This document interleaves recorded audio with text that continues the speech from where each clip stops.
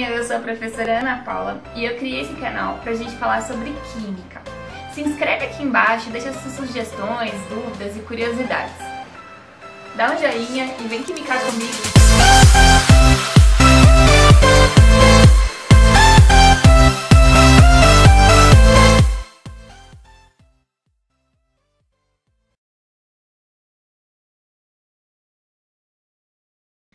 Olá, galerinha! Na aula de hoje falaremos sobre as funções inorgânicas, os sais. Nas aulas anteriores falamos sobre os ácidos e as bases. Os sais, eles têm diferentes aplicações no nosso cotidiano, como, por exemplo, o hipoclorito de sódio que está na água sanitária, carbonato de cálcio que está no mármore, sulfato de cálcio que está no gesso, bicarbonato de sódio que é utilizado no combate da acidez estomacal. A palavra sal, ela é usada na linguagem popular como sinônimo do cloreto de sódio ou sal de cozinha.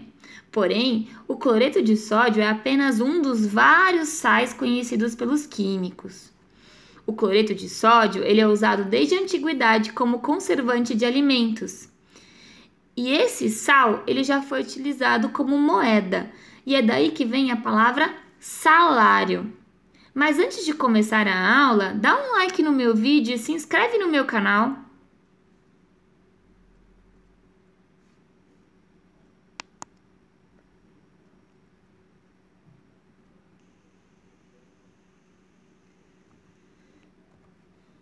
Sais são compostos obtidos juntamente com a água na reação entre um ácido e uma base. Apresentam em seus aglomerados iônicos pelo menos um cátion diferente do H+, e pelo menos um ânion diferente do OH-.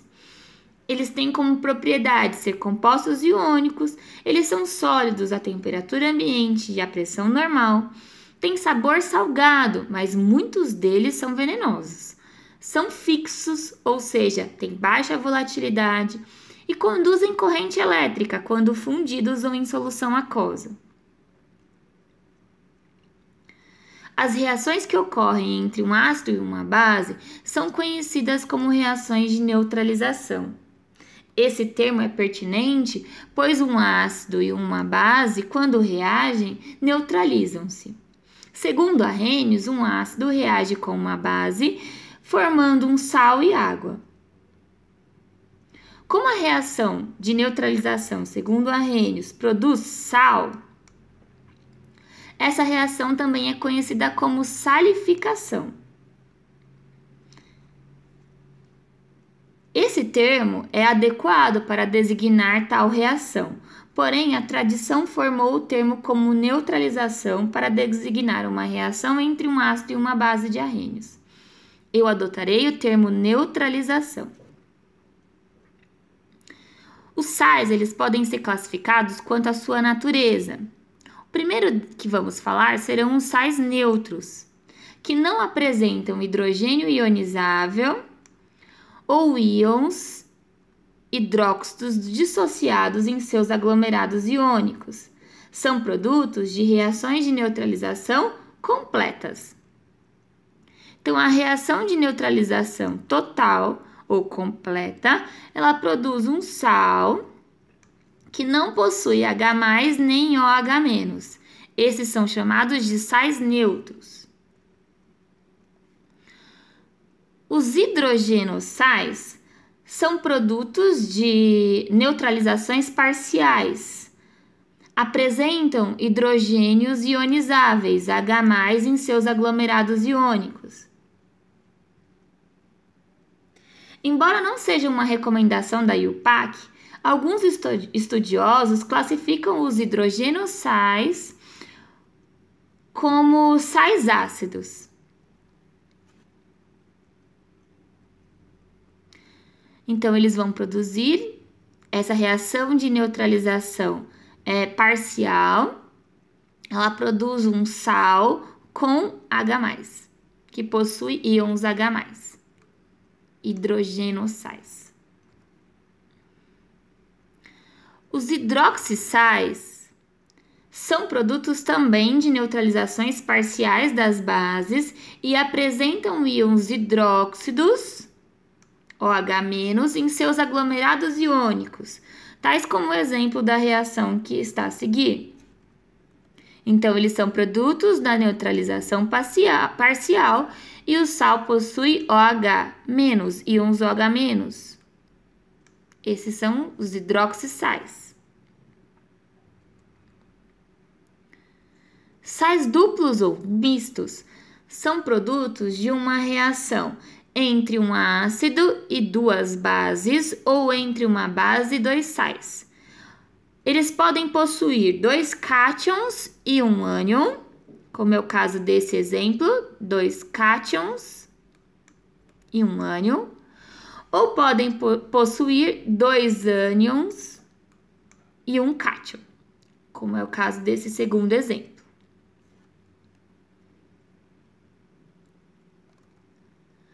Os sais, eles também podem ser classificados quanto à presença de água no retículo cristalino.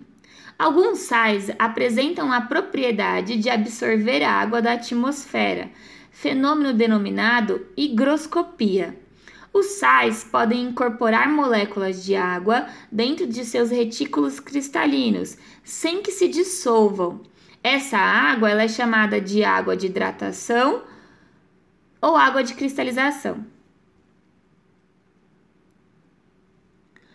Nós temos, então, os sais anidros, que são aqueles que não possuem água no retículo cristalino. Então, aqui eu tenho cloreto de sódio e sulfato de potássio. E nós podemos ter sais hidratados, que são aqueles que apresentam água no retículo cristalino, conforme representado aqui.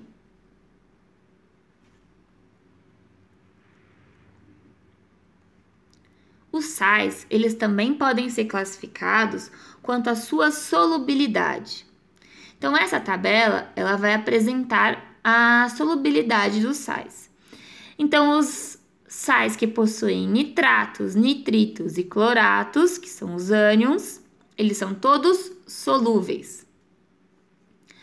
Os sais que possuem os ânions acetatos são solúveis, com exceção do acetato de prata. Os haletos, cloretos, brometos e iodetos são solúveis, com exceção dos de prata, de mercúrio 1 e chumbo. Sulfatos são solúveis, com exceção de cálcio, estrôncio, chumbo e bário. Os sulfetos são, na sua maioria, insolúveis, com exceção dos sulfetos formados pelos cátions da família 1A, cálcio, estrôncio e bário e amônio. Carbonatos e fosfatos são insolúveis, com exceção dos formados com cátions da família 1A ou o cátion amônio. Nomenclatura dos sais. Os sais normais possuem NOx fixo e a nomenclatura deles será nome do ânion, nome do cátion. Exemplos: a gente tem o magnésio e o cloreto.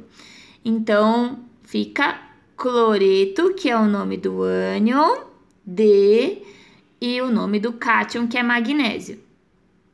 Aqui a gente tem o nitrato, NO3-, cálcio, que é o Ca2+, nitrato de cálcio. Então, é o nome do ânion, nome do cátion. O nome do ânion e o nome do cátion podem ser obtidos em tabelas de cátions e ânions. Sais normais com NOx variável.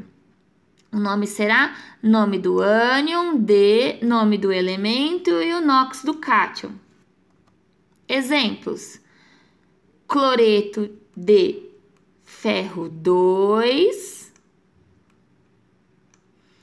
ou cloreto ferroso, lembrando que a terminação oso é para o menor NOx, menor número de oxidação, ou cloreto de ferro 3, que é para esse outro sal, que é formado pelo ferro 3+,